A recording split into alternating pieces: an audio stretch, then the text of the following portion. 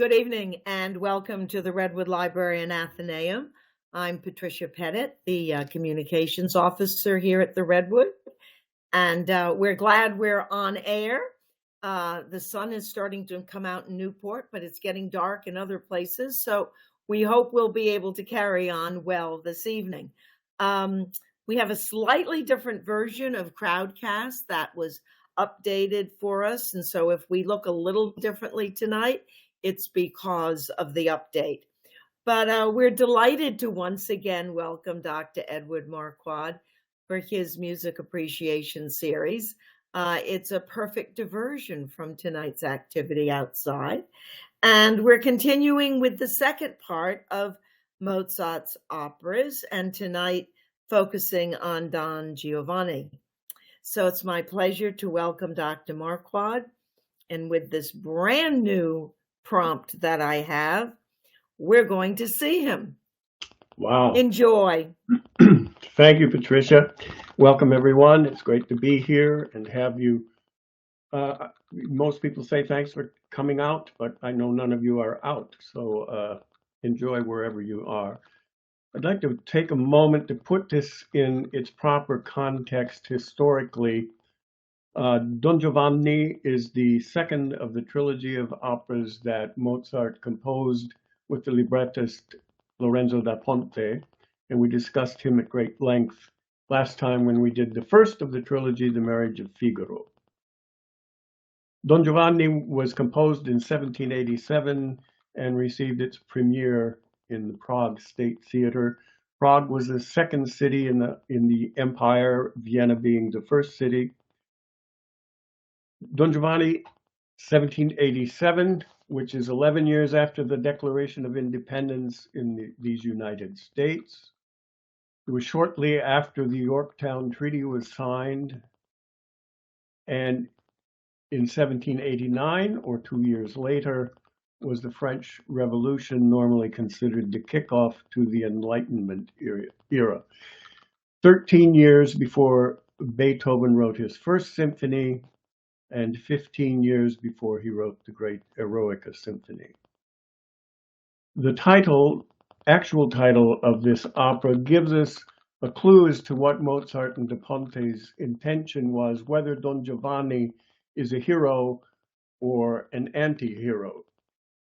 The title is actually Il Dissoluto Punita, or Ossia Don Giovanni, the dissolute one punished, or Don Giovanni.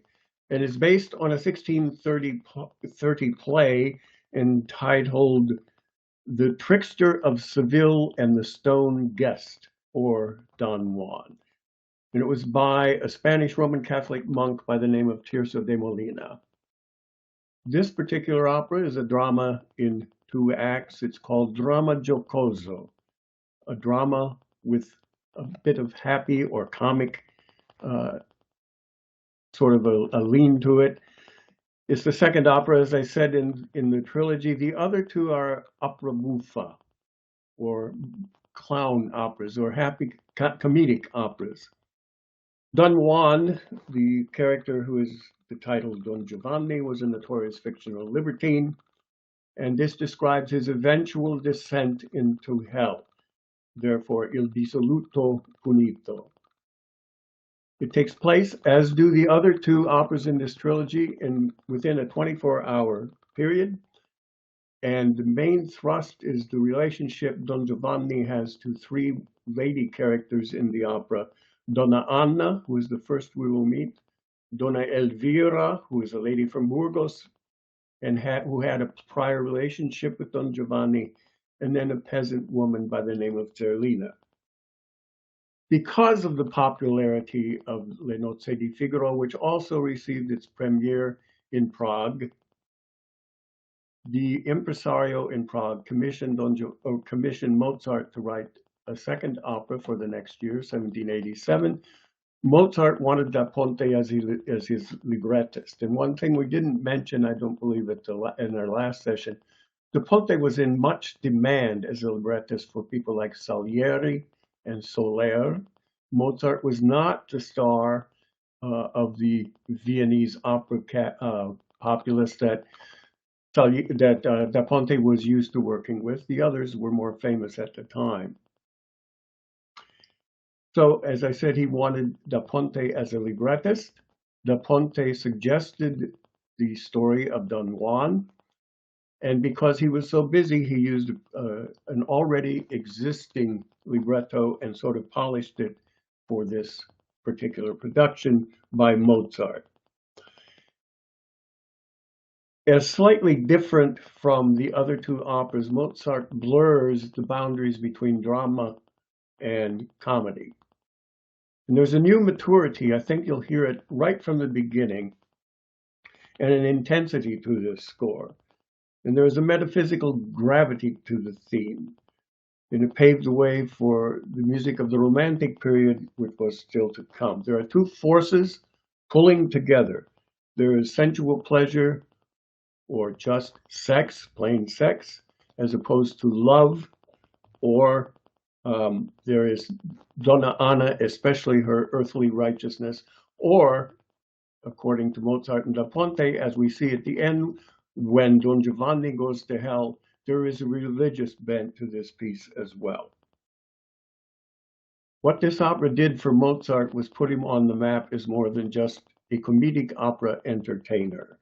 And the whole idea of writing about Don Giovanni or Don Juan made Mozart very nervous. And it's interesting that he wanted Da Ponte as his librettist, as Da Ponte, as we know, was run out of Venice for rather immoral behavior. This opera had a great success in Prague and remained in the repertory for many years. It was revised in Vienna. It received a less enthusiastic reception, but was appreciated by the music intelligentsia, or those who were more sophisticated. It's a bit different production in Vienna than in Prague. He substituted an aria for the tenor Don Ottavio. It's called Dalla sua pace, and it's much simpler than the aria in the original Prague presentation, which is done most often, and that's Il mio tesoro. He also instituted in this production in Vienna a new aria for Donna Elvira at her request, the actress's or singer's request.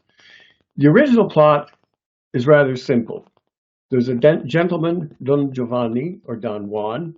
He kills a nobleman who is, in this case, the commendatore, after attempting to rape his daughter, Donna Anna. In a moment of remarkable hubris, Don Giovanni invites the nobleman's funerary statue to dinner.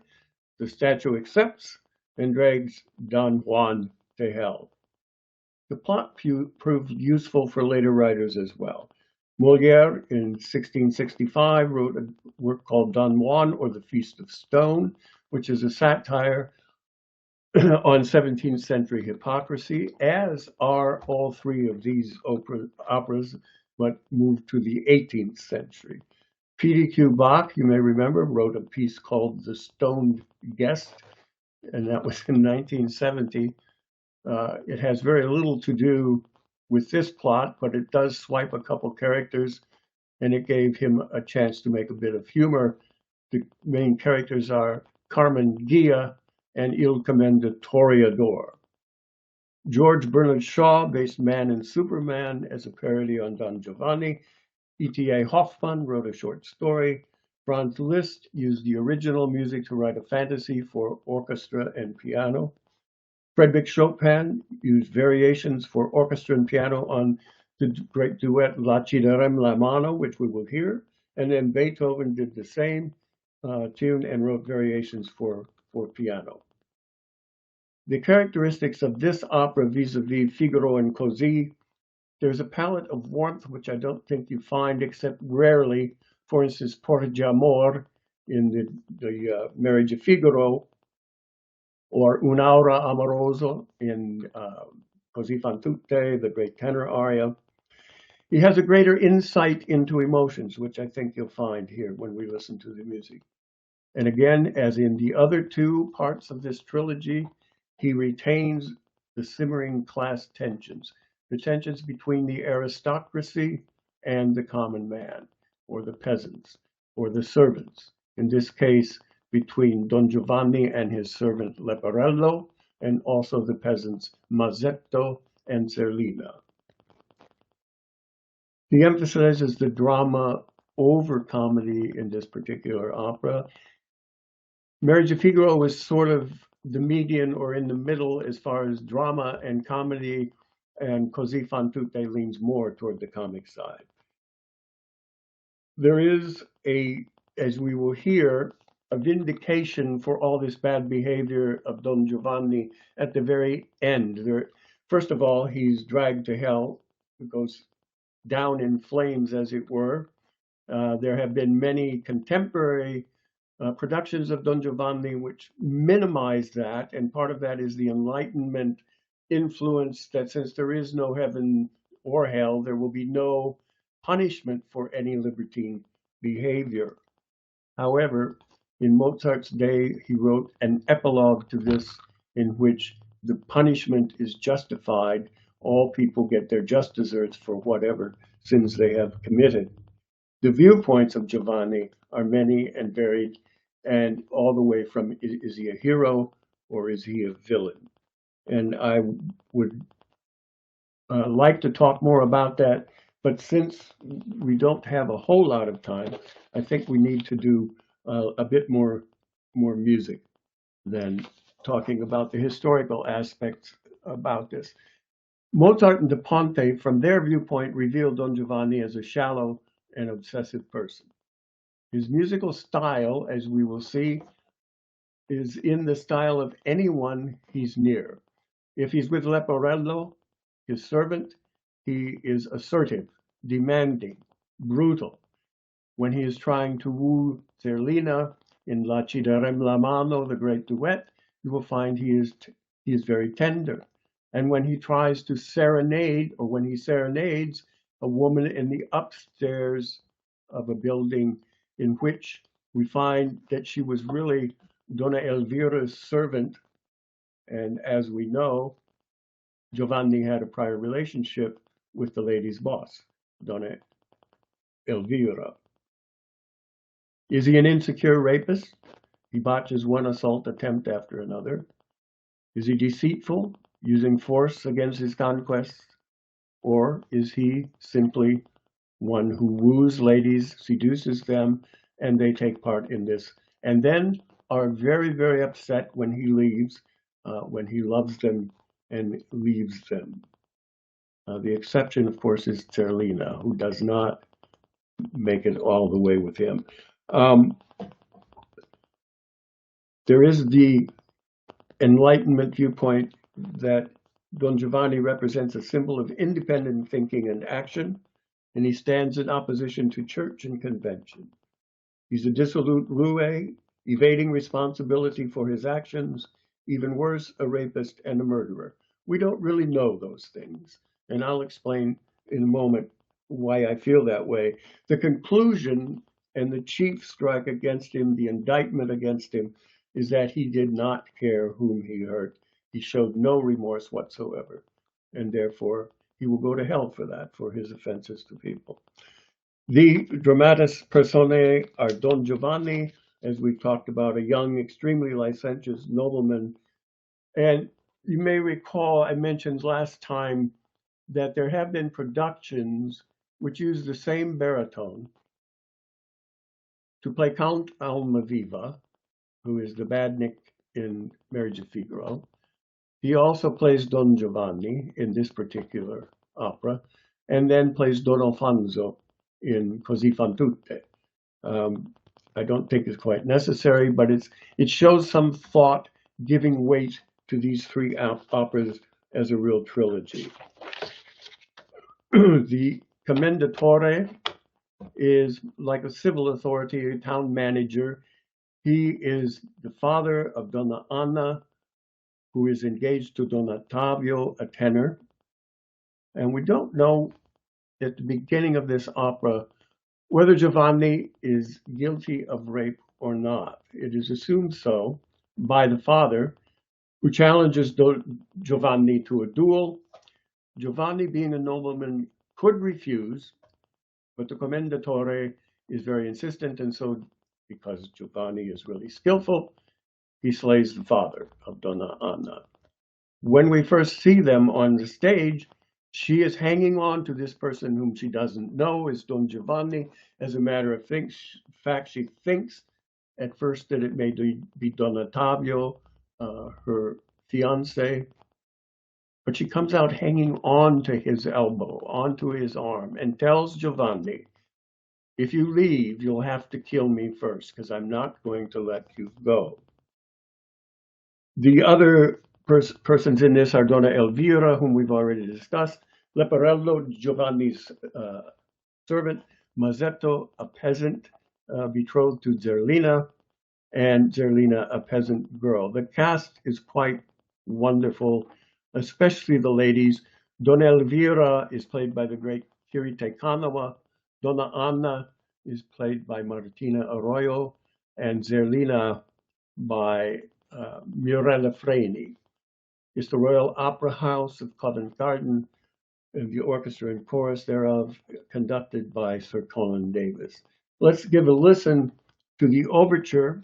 It opens not like the other two in this trilogy with sparkling fast music, but with two opening chords. It's in D minor, and these two chords we will find later introduce the appearance of the statue of the Commendatore and toward the end of the opera.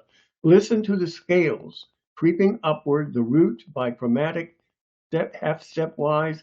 It gives a feeling of mystery, of anguish, of anxiety. Something is going to come that's not going to be too cool.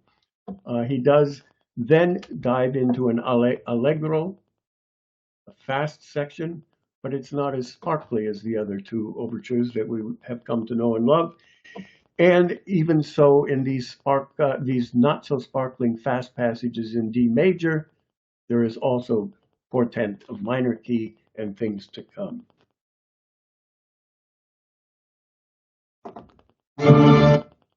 Sorry.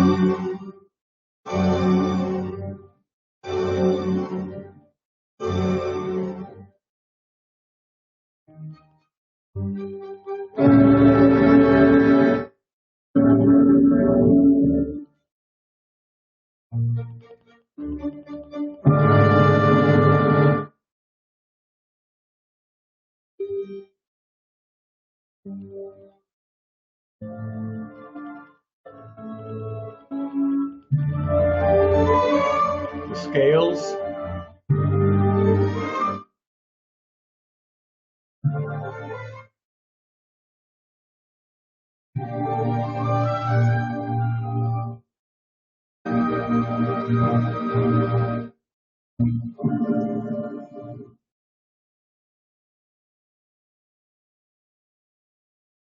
How sneakily he gets into the allegro.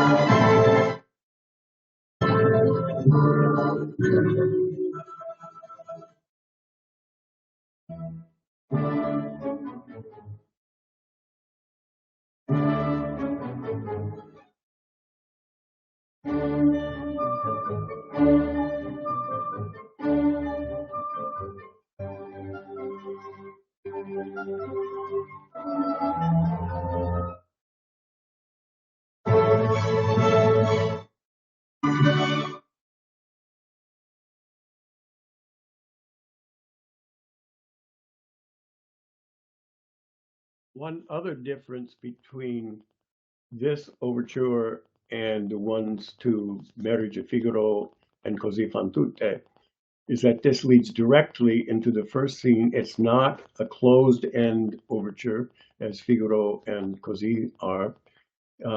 It leads right into the first scene without any break at all. The last chord of this overture is the first chord of the ensuing recitative. The next we're going to hear is a duet between Donna Anna and Don Ottavio, both noble people engaged to each other. And as I mentioned, Donna Anna has been hanging on to Don Giovanni and he escapes. She comes out and her father has been slain. Don Ottavio points this out to her. Giovanni is gone. And she hangs on to him but doesn't quite know what to say. She thinks he's somebody else. And finally, Don Ottavio tells her, look, I'm your fiance, and I will avenge your father's death. This is called Fuggi crudele, fuggi, lascia che mora anch'io. Go away, cruel man, go away, let me die too. And that he is dead, O God, he who gave me life. Don Ottavio then tells her that he will avenge this, that he is her darling fiance, and that he will take care of everything. Fuggi crudele.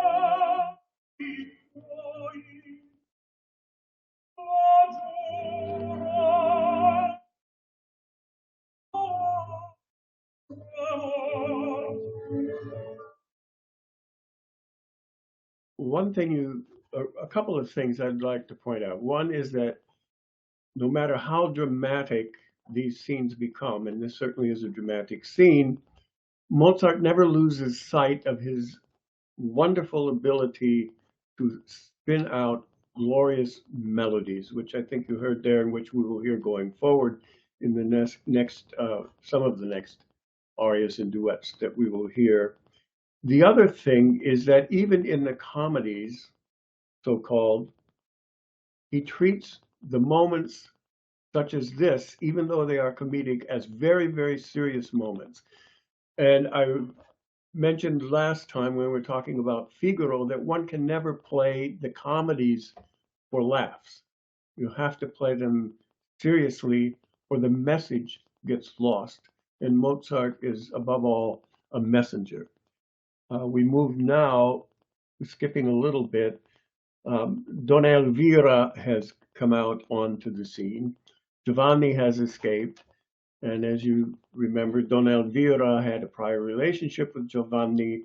She's in love with him. He left. She wants vengeance.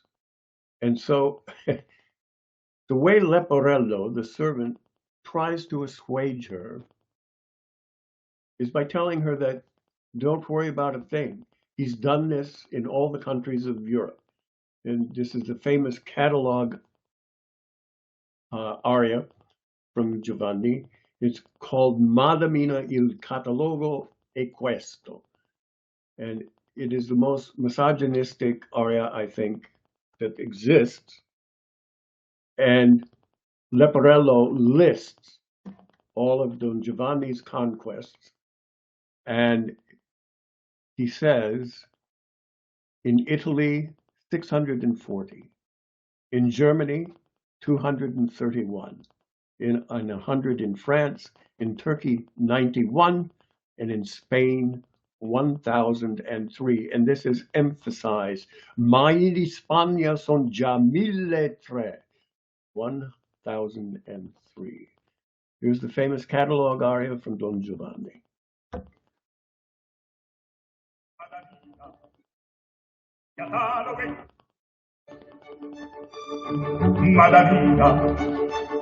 He's reading from the catalog he's kept, a list.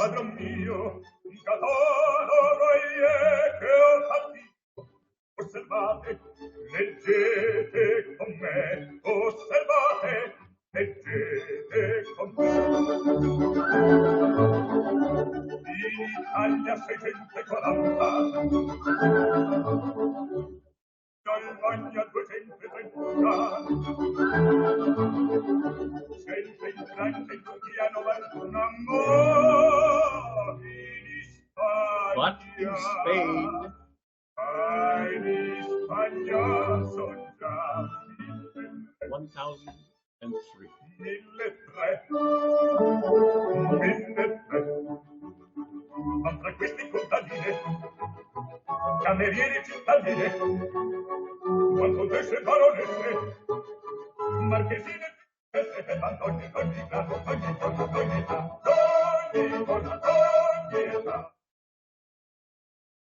Italia 640,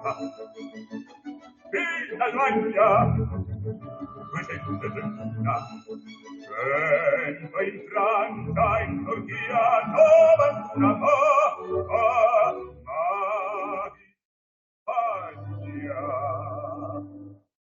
in Spagna son già 1003.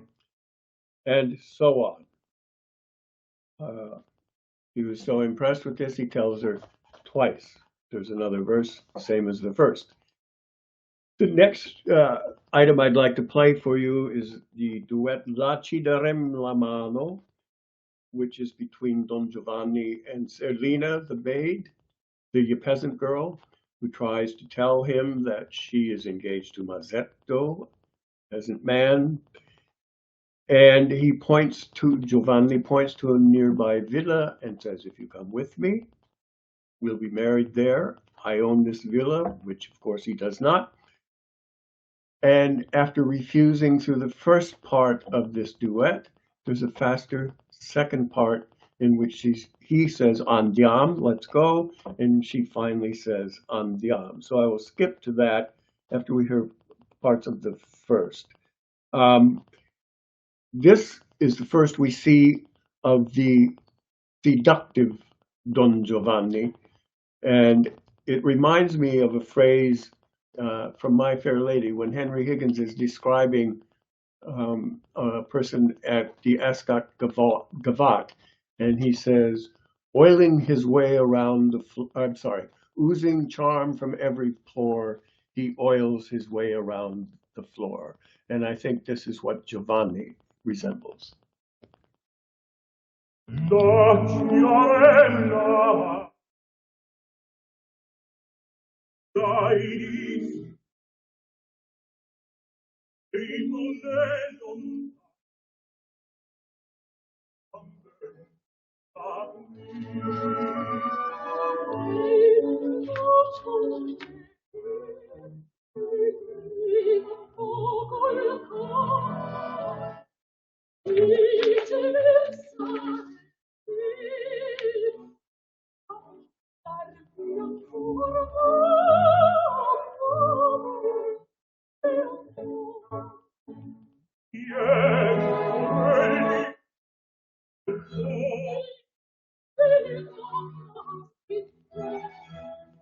io canterò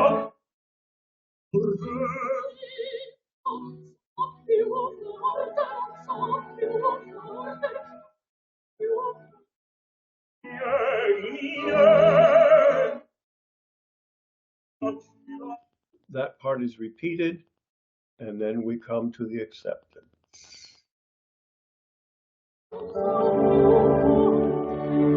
Andia, Andia.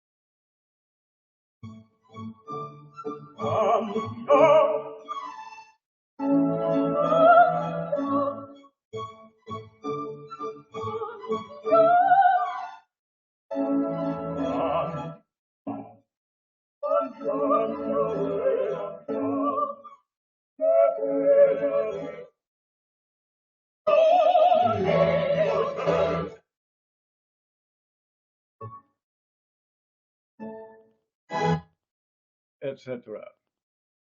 Just a couple bars left.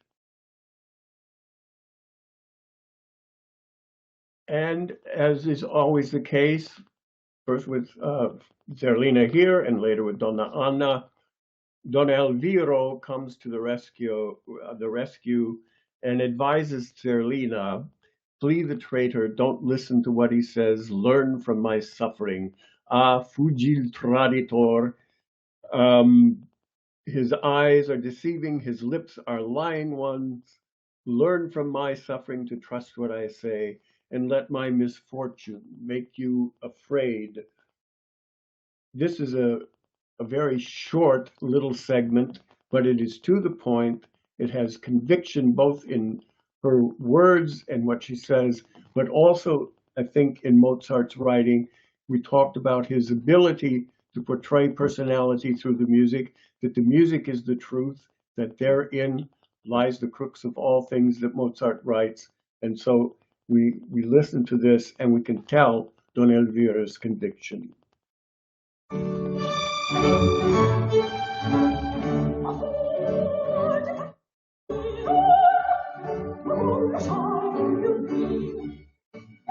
The rhythm, strong rhythm.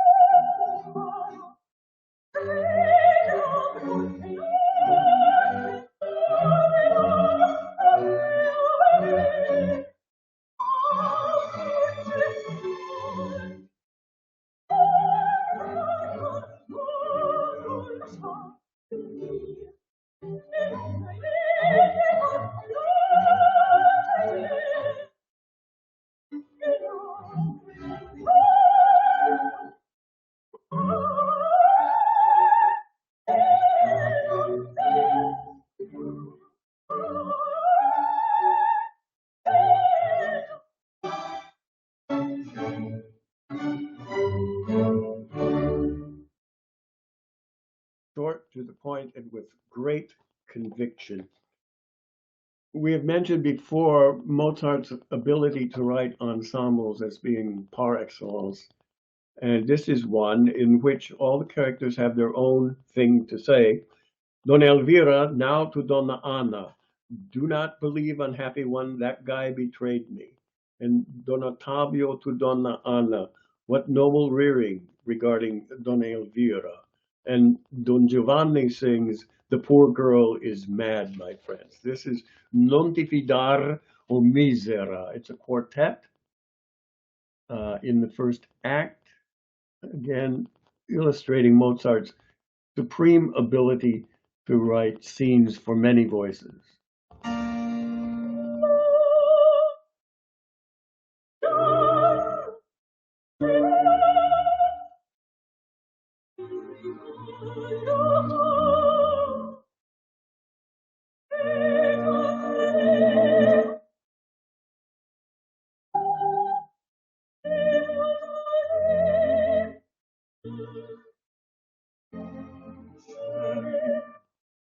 And then Don Giovanni and Donna Anna together sing Heavens, what noble bearing, what sweet majesty, her pallor, her tears, fill me with pity. And excuse me, then as I mentioned, the poor girl is mad, sings Don Giovanni, my friends. Leave me alone with her, she's mad, my friends.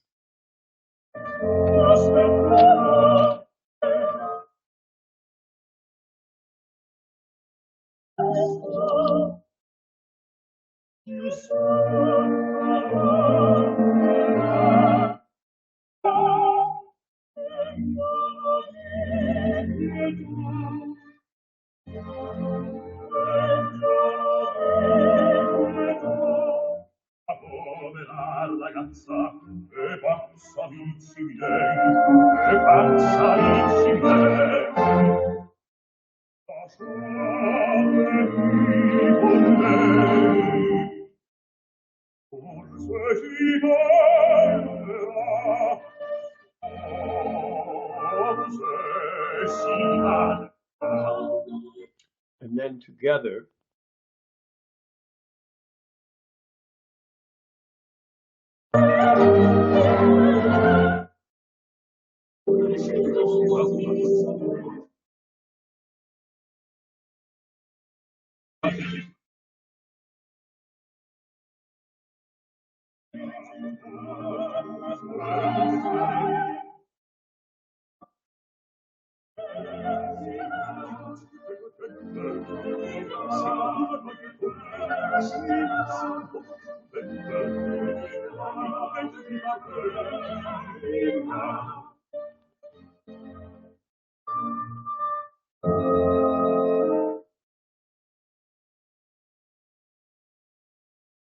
Don Giovanni is going to give a great party.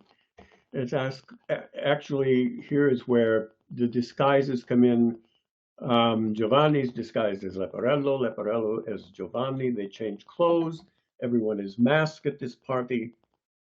Beforehand, Giovanni advises Leporello, his servant, that the wine may set their heads a-whirling. Go and prepare a wonderful party. If on the way you meet some young lady, bring her along. Ah, to my list tomorrow morning you will have to add. It's a great aria, Fincan dal Vino, and it is rapid fire, both words and music. It's one of the great arias for the baritone.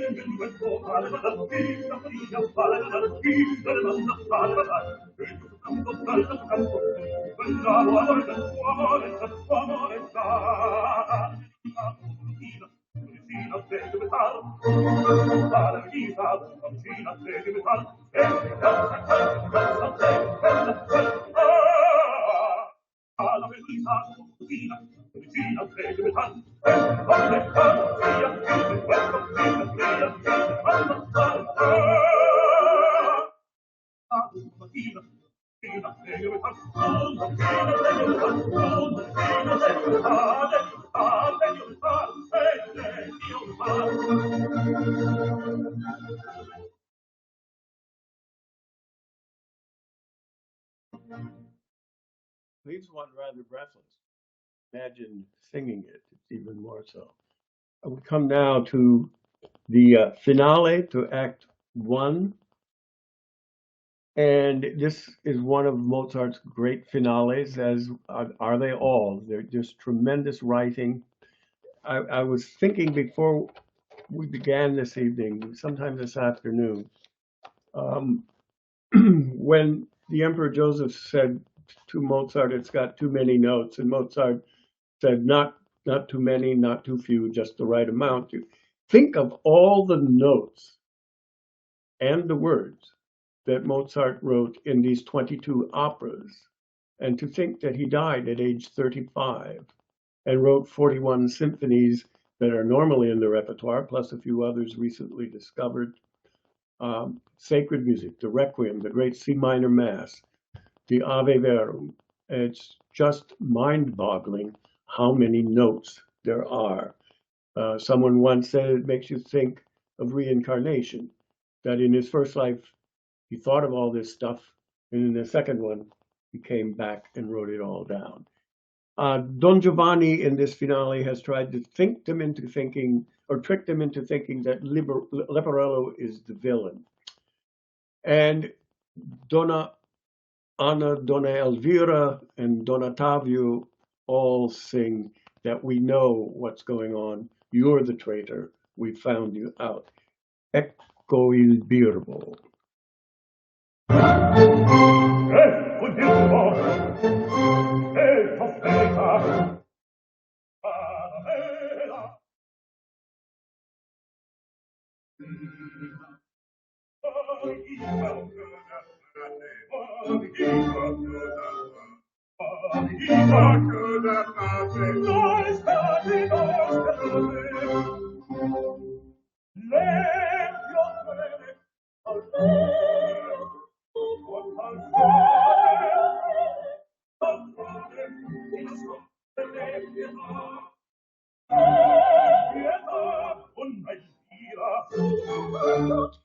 Etc. And Giovanni sings, my head is swirling. Leporello sings, his head is swirling. And the others sing, tutto già si sa. We found out you're the traitor, traditore. We'll move to that if I can find it.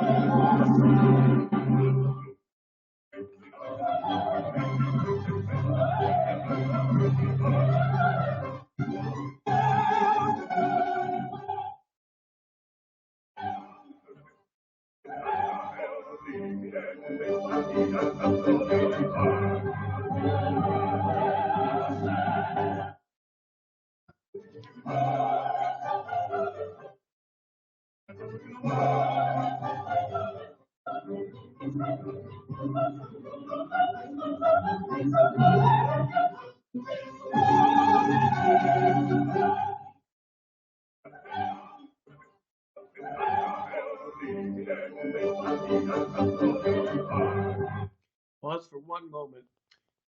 We're going on to an even faster section. And Don Giovanni sings, a dreadful storm, O Lord, is thundering above me, but I do not lack courage. I am not lost or worried. If the world itself should end, nothing could make me afraid. And it is this hubris which in the end is his undoing.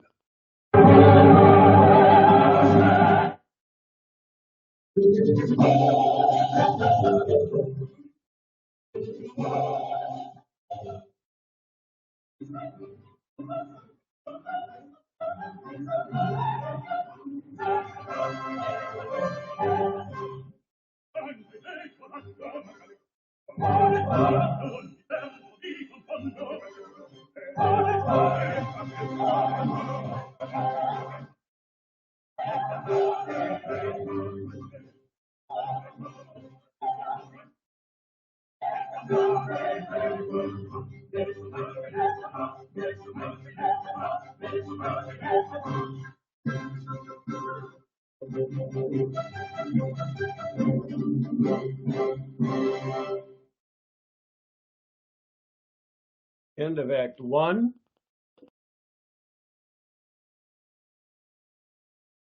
I would like to play from the second act. It's a canzonetta that Don Giovanni sings. It's called Vieni alla finestra, o mio tesoro. And he sings, Vieni alla finestra, come to the window. As I mentioned, it's Don Elvira's servant in an upstairs room, and he's going to serenade her.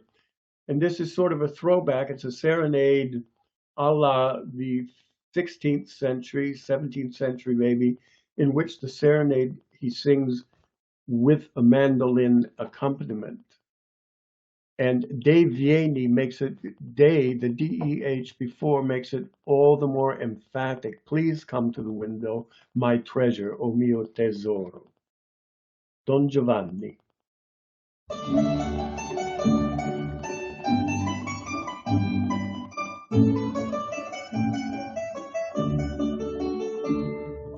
Vieni alla finestra, o mio tesoro, vieni a consolare il pianto mio.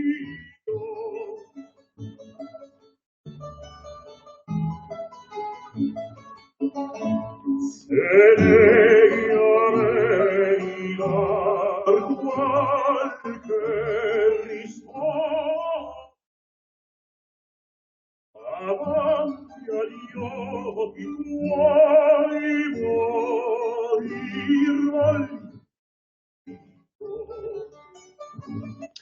It has two verses, and I'm not going to play the whole second verse because the notes are the same as the first. But there's a wonderful thing that can happen with the Italian language, which Mozart sets beautifully and this baritone sings beautifully. The second verse begins, Tu c'hai la bocca dolce più del miei, you whose mouth, bocca, is sweeter than honey. And listen to what the double consonant, bocca, B-O-C-C-A, is the way it's set by Mozart and sung by this baritone. Adds much charm.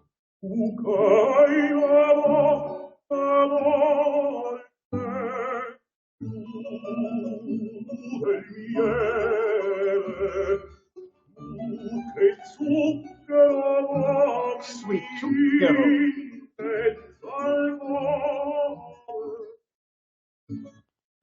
It's just wonderful what one can find in these great composers' settings of words, speaking the language fluently. I'm going to skip ahead. I have, the opera's 3 hours long, and I'm trying to talk and play music and these things. I'm going to play a bit of the tenor aria for you, Il mio tesoro. And this was actually in the Prague production and not in the Vienna production. He substituted another aria, Dalla sua pace, which is a little bit less complicated and at a lower pitch. He substituted it into Vienna. But this is the more famous of the two arias, sung by the tenor. Meanwhile, my treasure, I will go and console her, and from her lovely eyes try to dry the tears.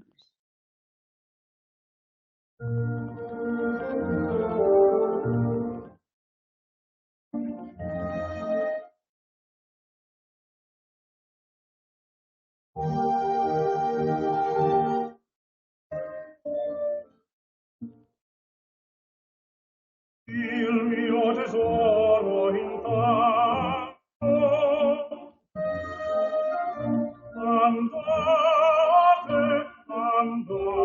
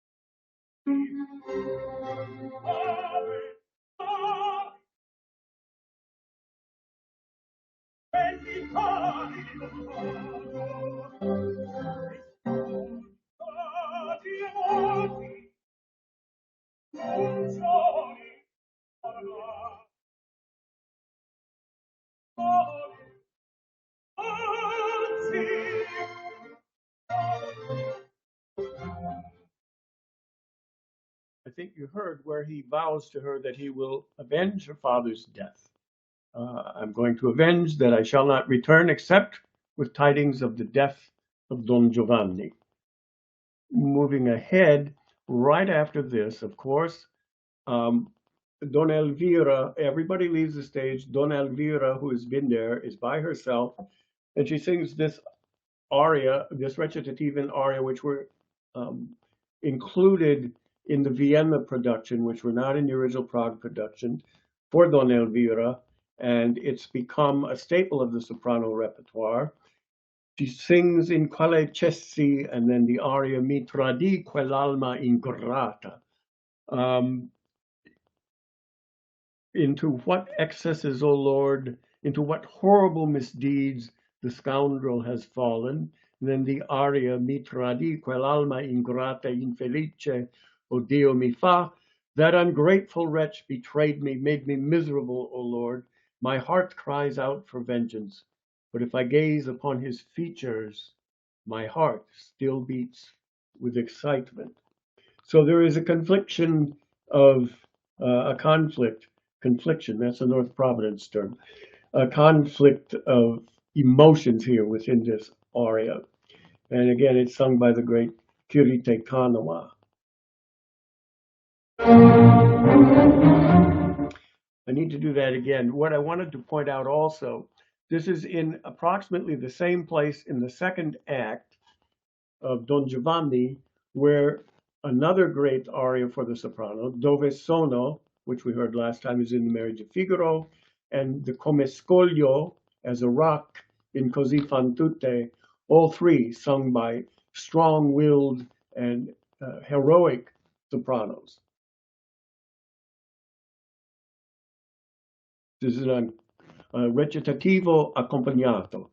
It's a recitative with orchestra.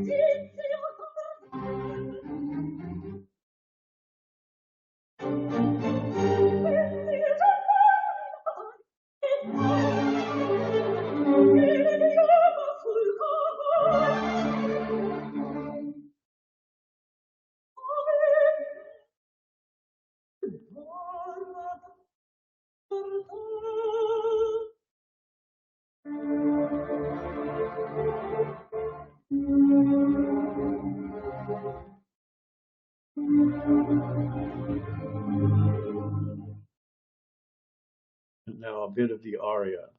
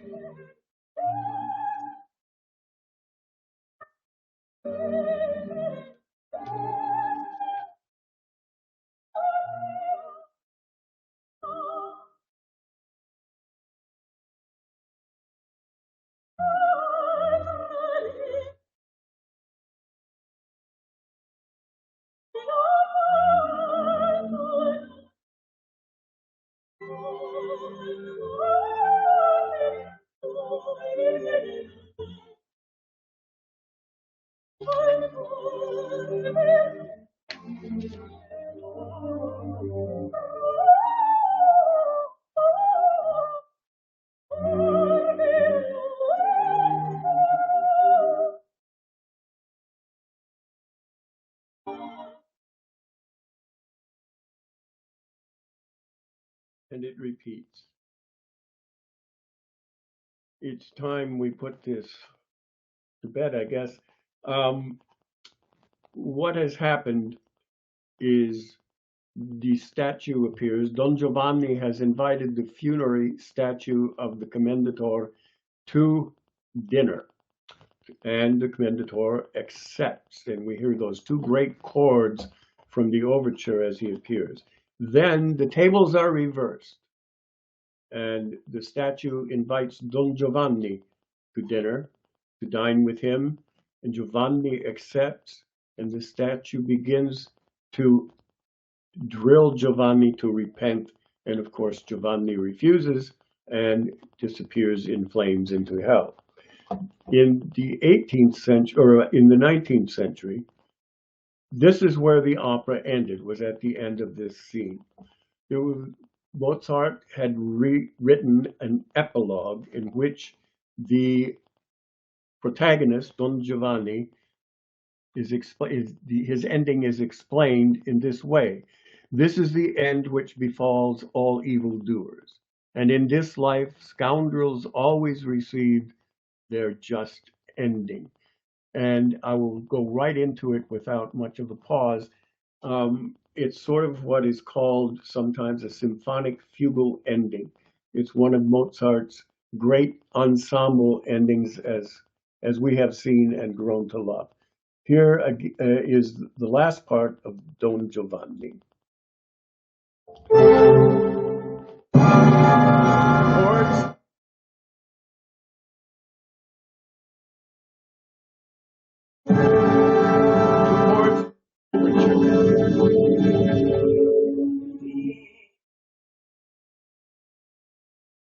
Commendatore.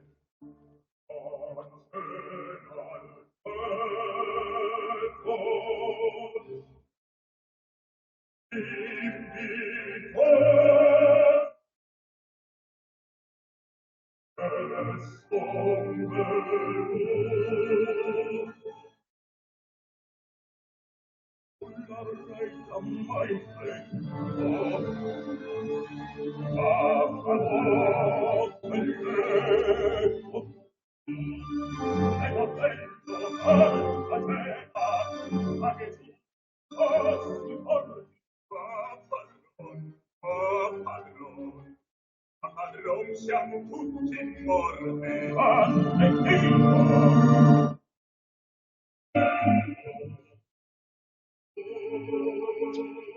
Now the end.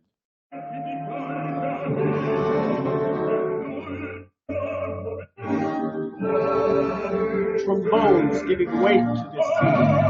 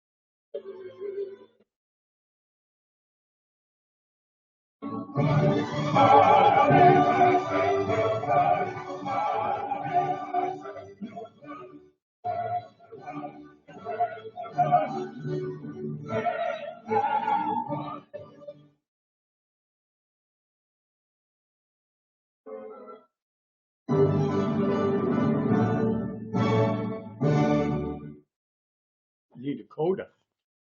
Next time, October 18th, we'll discuss Così fan tutte. The following in November, we will talk about Haydn's creation. And in December, Monteverdi's great Vespers of 1610. Thank you all for showing up, and it's always my pleasure to present this material to you. Have a great month. Bye-bye.